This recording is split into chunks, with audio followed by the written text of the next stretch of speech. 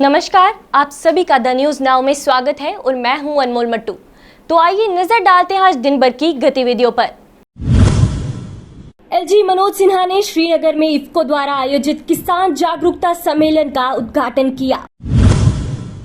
राजौरी जिला में हालात का संज्ञान लेते हुए जिले में धारा 144 लगाया गया।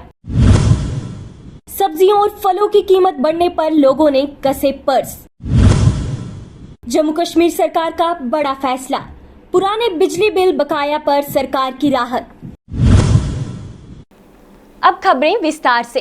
एलजी मनोज सिन्हा ने श्रीनगर में इफ्को द्वारा आयोजित किसान जागरूकता सम्मेलन का उद्घाटन किया। केमिकल फर्टिलाइजर्स के उपयोग को कम करने, मिट्टी के स्वास्थ्य, पौधों और वातावरण की रक्षा के लिए स्थायी विकल्पों के संक्रमण के लिए माननीय प्रधानमंत्री के दृष्टिकोण को पूरा करने में किसानों के प्रयासों पर प्रकाश डाला। मिलेट मिशन पूरे दुनिया में 2023 में शुरू होने वाला है। योजना बनाई है हमारे कृषि विभाग ने। उसमें जो भी समर्थन देना होगा मिलेट मिशन में जम्मू कश्मीर के किसानों को, हम पूरी तरह प्रतिबद्ध हैं। हर प्रकार का समर्थन प्रशासन की ओर से आपको दिया जाएगा। कुल अगर देखा जाए तो हमारे सामने चुनौती दोहरी है। उत्पादन भी अधिक करना है और सॉइल की फर्टिलिटी को भी बरकरार रखना है, तभी सस्टेनेबल फार्मिंग हम कर सकते हैं। मुझे उम्मीद है कि पिछले 3 वर्षों में जो रिफॉर्म्स किए गए हैं, हमने अपनी मनचाही मंजिल तो नहीं लेकिन लंबा सफर हमने तय किया है। आगे जो समिति बनी है उसमें हमारे डॉक्टर गनई भी हैं। 27, 28, 29 3 दिन पुनः ये लोग श्रीनगर में बैठ करके देश भर के विशेषज्ञ जो उस समिति में हैं, एक 60 टर्म प्लान हमारे लिए 2.5 साल का देने जा रहे हैं। बाकी 5-6 साल का और फिर 2047 का विजन हमारा क्या होगा। तो ये जो मिशन बना करके देंगे, इसको मैं भरोसा देता हूँ उस समिति को कि अक्षरशः पालन करने में जितना संसाधन लगेगा जम्मू कश्मीर प्रशासन उसमें संसाधन लगाएगा।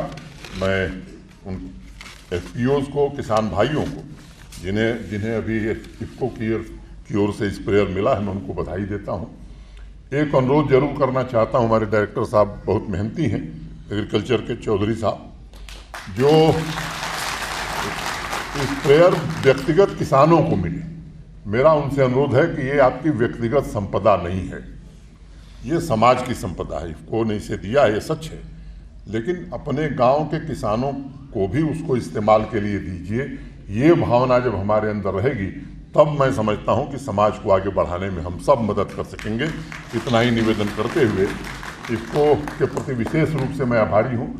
आज नहीं, लंबे समय से अवस्थी जी से मेरा परिचय बड़ा पुराना है, और अगर मैं कहूँ तो जिस विश्वविद्यालय से मैं पढ़ा हूँ वहाँ हम लोगों के सीनियर थे।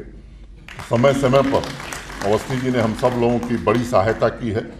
मैं उम्मीद करता हूँ कि हमारे संघानी साहब, हम लोग साथ ही थे लोकसभा में 3 बार, हमारे मित्र भी हैं, अनेक लोग हैं, नाम लूँगा तो समय ज़्यादा लगेगा। निदेशक मंडल के भी अनेक लोगों से व्यक्तिगत मेरा बड़ा रिश्ता है।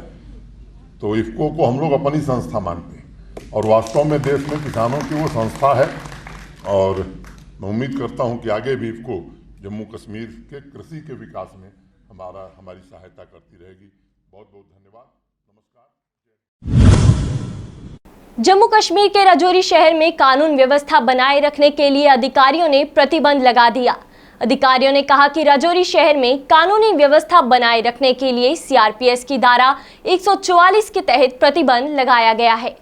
कार्यालय समय के दौरान अधिकारी के साथ दोपहर के भोजन करते दौरान शाकाहारी खाने का विकल्प चुनने के लिए एक अधीनस्थ के खिलाफ कथित रूप से की गई टिप्पणी को लेकर केएस के एक अधिकारी निलंबन के बाद शहर में तनाव व्यक्त करते हैं। नमस्कार, आप देख रहे हैं न्यूज़ नो। मैं हूं बालकृष्ण शर्मा। अभी हम खड़े हैं जिला राजौरी के बस स्टैंड में। ओल्ड बस स्टैंड का मैं आपको नज़ारा दिखाना चाहता हूं। ये देख सकते हैं आप, आज जिला राजौरी में 144 यहाँ मुनाफिज किया गया है, और 144 होने की वजह से यहाँ एक कर्फ्यू मुनाफिज किया गया है। आप देख सकते हैं यहाँ पर कोई भी आपको सिविल गाड़ी, सिविल मूवमेंट बिल्कुल नहीं मिलेगी, और हमारी जो पुलिस फोर्स है वो चप्पे चप्पे पर यहाँ ये पहरा दे रही है। आप देख सकते हैं, मैं कैमरामैन को बोलूँगा ये घुमा के दिखाएंगे किस तरह यहाँ पर आज पूरा बस स्टैंड यहाँ पर आपको खाली मिलेगा। कोई मूवमेंट नहीं है टोटली। यहाँ पर सबको रिस्ट्रिक्शन किया गया है कि कोई भी यहाँ से बाहर नहीं निकलेगा, बाहर नहीं घूम पाएगा, क्योंकि कल यहाँ पर एक ज़मीन के छोटे से टुकड़े को लेकर दो पार्टियों में आपस में गहमागामी हो गई थी और डिस्ट्रिक्ट एडमिनिस्ट्रेशन ने उसका संज्ञान लेते हुए बहुत जल्द उस मसले को हल करते हुए यहाँ पर कल से ही 144 लगा के उस ज़मीन का जो टुकड़ा है उस पर 145 लगा के उसको कुर्क कर दिया गया था। लेकिन उसके बाद कहीं न कहीं डिस्ट्रिक्ट एडमिनिस्ट्रेशन को ये अंदेशा था कि कुछ शरारती जो तत्व हैं वो कुछ शरारत कर सकते हैं। उसकी वजह से यहाँ ज़िला राजौरी का जितना भी टोन का एरिया है, टोन के एरिया में यहाँ 144 लगा दिया गया है और कोई भी आदमी आपको यहाँ पर नहीं मिल सकता। आप देख सकते हैं किस तरह पूरा जो बस स्टैंड है, पूरा राजौरी टोन का जितना भी एरिया है बिल्कुल एकदम वीरान मिलेगा आपको। जहाँ तक आप नज़र घुमाएंगे सिर्फ़ और सिर्फ यहाँ हमारी पुलिस फोर्स ही मिलेगी, बाकी आपको कोई भी यहाँ पर मूवमेंट नहीं मिलेगी। ये आप देख सकते हैं, मैं कैमरामैन को बोलूँगा ये दिखाएंगे, आपको दिखाने की कोशिश करेंगे। सिर्फ उन लोगों को यहाँ से छोड़ा जा रहा है जो लोग हॉस्पिटल जा रहे हैं, जहाँ लोग कोई ड्यूटी में जा रहे हैं कहीं गाँव में, उन्हीं को यहाँ चलने की इजाज़त मिल रही है। और पूरी चेकिंग आप देख सकते हैं किस तरह पुलिस पूछताछ करने के बाद ही यहाँ से जाने देती है। ऐसे किसी को यहाँ पर मूवमेंट करने की इजाज़त नहीं है। ये ज़िला राजौरी का नज़ारा है, ये आप देख सकते हैं ज़िला राजौरी में किस तरह हमारी डिस्ट्रिक्ट एडमिनिस्ट्रेशन ने पूरी सूझबूझ से आज ज़िला राजौरी में 144 लगा के इसको जो हालात बन रहे थे कल, उस हालात को काबू किया गया है। कैमरामैन अक्षय के साथ Balakrishna Sharma, the news no, Rajouri. महंगाई की मार ने एक आम आदमी की कमर तोड़ रखी है, चाहे वह किसी भी क्षेत्र में हो। रसोई गैस के दाम आसमान छू रहे हैं। आम आदमी को घर चलाना मुश्किल हो गया है। सब्जियों से लेकर फल, पेट्रोल डीजल से लेकर खाने के तेल की कीमतों ने आम आदमी के घर के बजट को बिगाड़ दिया है। इसको मद्देनजर रखते हुए सब्जी और फल विक्रेताओं से बात करने पर उन्होंने कहा, सब्जी का दाम दिन में दिन बढ़ रहा है। ये नहीं पता है पीछे मंडी से बढ़ रहा है कि ये सब्जी वाले बढ़ा रहे हैं। गरीब आदमियों को जीना मुश्किल हो गया कि ये सब्जी खरीदना बड़ा मुश्किल हो गया गरीब आदमी के लिए। आप अपना गुजारा कैसे करते हैं? जहाँ गरीब आदमी का करते हैं वो चटनी के साथ दाल के साथ खाते हैं। जहाँ वो गरीब आदमी आधा किलो लेते थे वो वहाँ एक पाव पर गुजारा चला लेते हैं। अभी सब्जी इतनी महंगी हो रही है कि गरीब आदमी का बचना बड़ा मुश्किल है इसका। महान झीलों के लिए ट्रैकिंग डेस्टिनेशन के रूप में खोलने के लिए भारतीय सेना ने गडसर तक ट्रेनिंग के आयोजन करवाया, ताकि तुलेल को एक ट्रैकिंग के झीलों के लिए ट्रैकिंग की मंजिल माना जाए। Hi, my name is Samagr Bhardwaj. I'm a photographer from Delhi. I am here with the team of Indian Army. We are wrecking the route from Tulel to Gadsar, and as you can see, we are standing behind Yamsar, and it's rightly said, Srinagar is Kashmir Valley is known as Jannat-e-Kashmir, and you can truly see that. So we are here with the locals. And we are giving them opportunity to explore this, and so that in future they can act as tourist guides. They can conduct hikes and adventure activities here, and also which will lead to many employment opportunities for them, and as well as the local pony and horse caretakers. And I wish you all the best. Jammu Kashmir सरकार का बड़ा फैसला, पुराना बिजली bill बकाया होने पर सरकार की राहत। इस छूट को प्रशासनिक परिषद एसी द्वारा अप्रूव किया गया था, जो उपराज्यपाल मनोज सिन्हा की अध्यक्षता में श्रीनगर में हुई। राजीव राय भटनागर, उपराज्यपाल के सलाहकार डॉक्टर अरुण कुमार मेहता, मुख्य सचिव जम्मू कश्मीर और नीतीश्वर कुमार, उपराज्यपाल के प्रधान सचिव ने बैठक में भाग लिया। जम्मू कश्मीर सरकार के एक ऑफिशियल सूचना के अनुसार इस निर्णय से 5.5 लाख से अधिक घरेलू उपभोक्ताओं को रुपए की छूट देकर भाग तक लाभ होगा। कितने तरह से अपने जो बिल हैं इतने सारे दे सकते हैं, तो उसके लिए कुछ सोचना पड़ेगा, सरकार को देखना पड़ेगा कि उनके लिए कुछ इंस्टॉलमेंट्स करके अगर वो थोड़ा थोड़ा करके बिल दे सके तो उसकी जो बिल है वो उस तरह से दे पाएंगे। एक बारी में अगर आपका 20,000 बिल है तो किस तरह से देंगे। और स्मार्ट मीटर की तहत जो है बिल यूनिट जो है वो 7 रुपये, जैसे कोई महीने में देना चाहे, 2 महीने में, 6 महीने में या अपना साल में, बंदा वैसे करके बिल दे सकता है। अगर आप बोलोगे ऑन द स्पॉट कोई बंदा तो पूरा का पूरा बिल दे दे, वो नहीं दे सकता, क्योंकि हर कोई बंदा इतना अमीर नहीं है कि वो अपना बिल ऑन द स्पॉट दे दे। ये मिडिल क्लास फैमिली है और हर कोई मिडिल क्लास में रह के उसको अपने घर की ज़रूरतें भी देखनी है, हर चीज़ देखना है। ये चीज़ बोलोगे हाँ जी सारा बिल वहीं भर देगा, बिजली बिल में भर देगा। देखिए, जो बिल जिनके बहुत ज़्यादा आते थे, तो पहले तो ये था कि बिल भरने में प्रॉब्लम होती है। इतना ज़्यादा बिल जब आ जाता है तो नेचुरल सी बात है, इकट्ठा बिल भरने में बहुत दिक्कत होती है। तो मेरे ख्याल से एक अच्छा फ़ैसला है कि उनको इंस्टॉलमेंट में अगर दे पाएँ। अभी तो फैसला आया है, देखते हैं इम्प्लीमेंट होता है कि नहीं होता है। पहली बड़ी बात तो ये है, अगर इम्प्लीमेंट होता है और ऐसा वाकई है तो ये मेरे हिसाब से ये एक अच्छा फैसला है। ले लैन साढ़े कोल बिल तो खरी गल है, तो गरीब बंदे ने कट्ठा बिल नहीं दे सकते हैं। बहुत ज़्यादा बिल आवा करता है, जोड़े फैसले गौरमेंट ने लैते हैं ठीक है ना, पर गरीब बंदे इन्ना मतलब बिल कट्ठा नहीं दे सकते हैं, थोड़ा थोड़ा करिए वो दे सकते हैं। इन्ना अस गौरमेंट का शुक्रिया अदा करने हैं जो बीजेपी का मतलब जो इन्हें फैसले लैते हैं बहुत अच्छे हैं। ऐसी कोई गल नहीं, अस मतलब सिरे मत्थे न, तो मतलब अस इयै चाहते हैं थोड़ा थोड़ा बिल ले सकने, अस दे सकने फिर ठीक। जम्मू कश्मीर सरकार के एक ऑफिशियल सूचना के अनुसार इस निर्णय से 5.5 लाख उपभोक्ताओं को लाभ होगा। प्रशासनिक परिषद ने ये अंतिम अवसर उपभोक्ताओं को प्लान पीरियड के दौरान कोविड-19 महामारी के फैलने के कारण अंतिम योजना का लाभ न उठा पाने के मद्देनजर प्रदान किया है। बिश्ना की नेशनल कॉन्फ्रेंस पार्टी ने अपना कार्यालय खोला। इस मौके पर पार्टी के वरिष्ठ नेता अजय सडोत्रा, रतन लाल गुप्ता, ब्लॉक प्रधान श्यामलाल सडोत्रा मुख्य तौर पर मौजूद थे। बॉर्डर के लोग हैं, जहाँ इधर बाकी एरिया में किसान लोग हैं, नौजवान हैं, वो आके अपनी मुश्किलात जो हैं वो यहाँ जो हमारा आदमी होगा उसको सुना सकते हैं। ब्लॉक सेक्रेटरी होगा, प्रेसिडेंट होगा, ताकि उसका कोई हल करने का कोई तरीका निकाला जा सके। जहाँ तक आज के माहौल का तल्लुक़ है, आज का माहौल जो है भाई को भाई से लड़ाने वाला माहौल बनाया हुआ है इन्होंने। और नेशनल कॉन्फ्रेंस ने हमेशा इस चीज़ पे यकीन रखा है कि आपको पता है कि हमारे जो पार्टी के वानी थे शेर कश्मीर शेख महमूदुल्लाह, उनका एक नारा था कि शेर कश्मीर का क्या इरशाद हिंदू मुस्लिम सिख था। आज उस नारे की बड़ी ज़रूरत है। जो आज आपकी यहाँ हुक्मरान पार्टी है जम्मू कश्मीर में, तो डबल इंजन सरकार है। ये जो सरकार है ये लोगों से काफ़ी कटी हुई है, लोगों से काफ़ी दूर है, लोगों की समस्याएं बढ़ रही हैं और नौजवान परेशान है, बेरोज़गारी बढ़ रही है। अगर लड़का बेरोज़गारी दूर करने के लिए कहीं मेहनत करके सिलेक्ट भी हो जाता है, बाद में कहते हैं ये स्कैम है। 3 स्कैम हो गए, नौजवानों की ज़िंदगियों के साथ खिलवाड़ किया है इन्होंने। 3 स्कैम हो गए। एक स्कैम हो गया SI का, सब इंस्पेक्टर पुलिस का। एक स्कैम हो गया काउंसिल असिस्टेंट जो रूरल डेवलपमेंट में लगाए।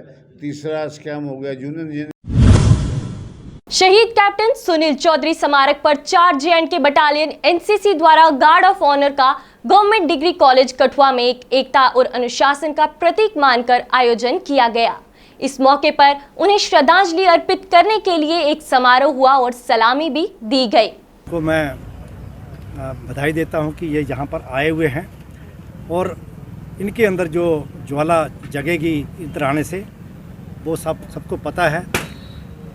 यहाँ से 12 अफसर पहले बन चुके हैं और मुझे उम्मीद है कि इस मेमोरियल से इनकी साइटेशंस, इनकी लाइफ के बारे में पढ़ने के बाद ये बच्चे फ़ौज में आएंगे, फ़ौज में अफसर बन के आएंगे।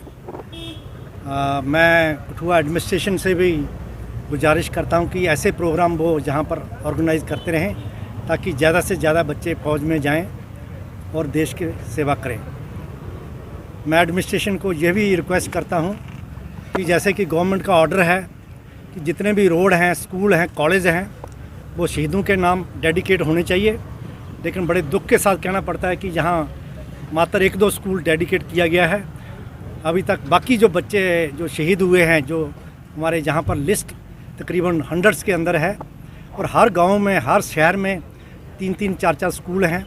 वो school, college, roads, even railway station इन शहीदों के नाम करने का गवर्नमेंट का ऑर्डर है, लेकिन एडमिनिस्ट्रेशन इसके ऊपर कोई संज्ञान नहीं ले रही है।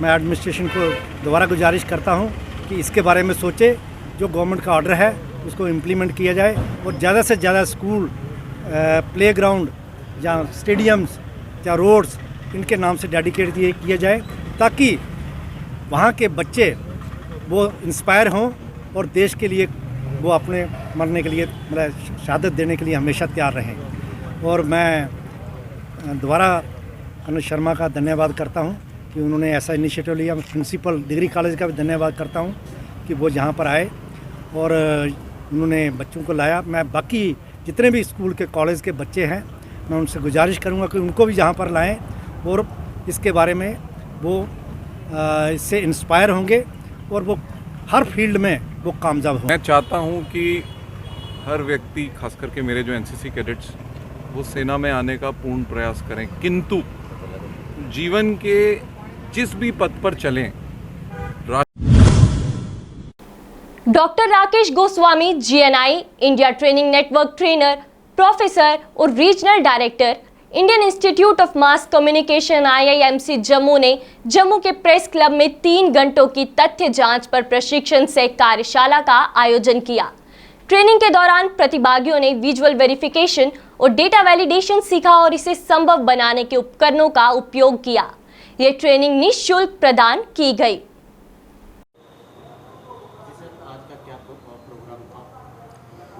आज जम्मू प्रेस क्लब के सौजन्य से हमने यहाँ पे एक फैक्ट वेरिफिकेशन फेक न्यूज़ की ट्रेनिंग ऑर्गेनाइज़ की है और ये ट्रेनिंग विजुअल वेरिफिकेशन के लिए होती है, जिसको गूगल न्यूज़ इनिशिएटिव और डेटा लीड्स ने डेवलप किया है।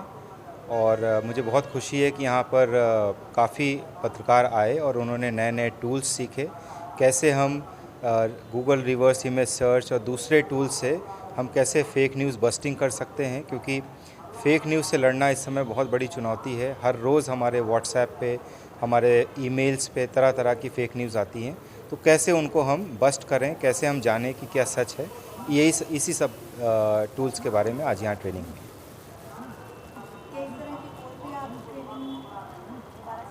आज प्रेसिडेंट प्रेस क्लब परगाल साहब और सेक्रेटरी साहब दिनेश जी ने ये कहा है कि डेटा वेरिफिकेशन पे भी एक ट्रेनिंग, एक मॉड्यूल रखा जाए, क्योंकि आज समय इतना नहीं था सिर्फ हम लोग विजुअल वेरिफिकेशन की बात कर सकें आज, तो डेटा वेरिफिकेशन पे भी हम एक ट्रेनिंग प्लान कर रहे हैं। वो कब होगी प्रेस क्लब के अधिकारी गण तय करेंगे, लेकिन एक और सेशन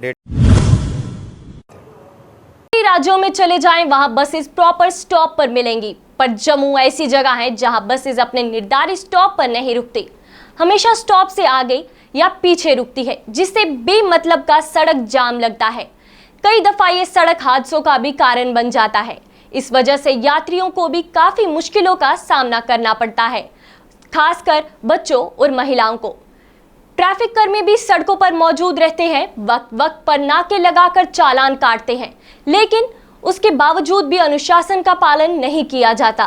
जी, आपका नाम और आप ये बताएं, गवर्नमेंट ने अभी जो फैसला लिया है कि आगे वाले सीट बेल्ट तो डालते हैं कि पीछे वाले भी डालेंगे, ये सही है या गलत है? सही है। आप किस तरह से देखते हो उसको? ऐसा है कि जो आजकल के टाइम पे देखिए, रोज़ कोई ना कोई दुर्घटना देखने को मिलती है डेली। अब जब भी अपडेट होता है न्यूज़ का, जैसे मोबाइल भी खोलते हैं आजकल, ये है कि एक्सीडेंट काफ़ी चांसेस हो गए हैं। इस वजह से उन्होंने ये रूल निकाला, अच्छा ही है ये, इससे काफ़ी हद तक इन चीज़ों में बचाव होगा। फिलहाल के लिए इतना ही। बाकी और अपडेट्स के लिए जुड़े रहें द न्यूज़ नाउ के साथ। धन्यवाद।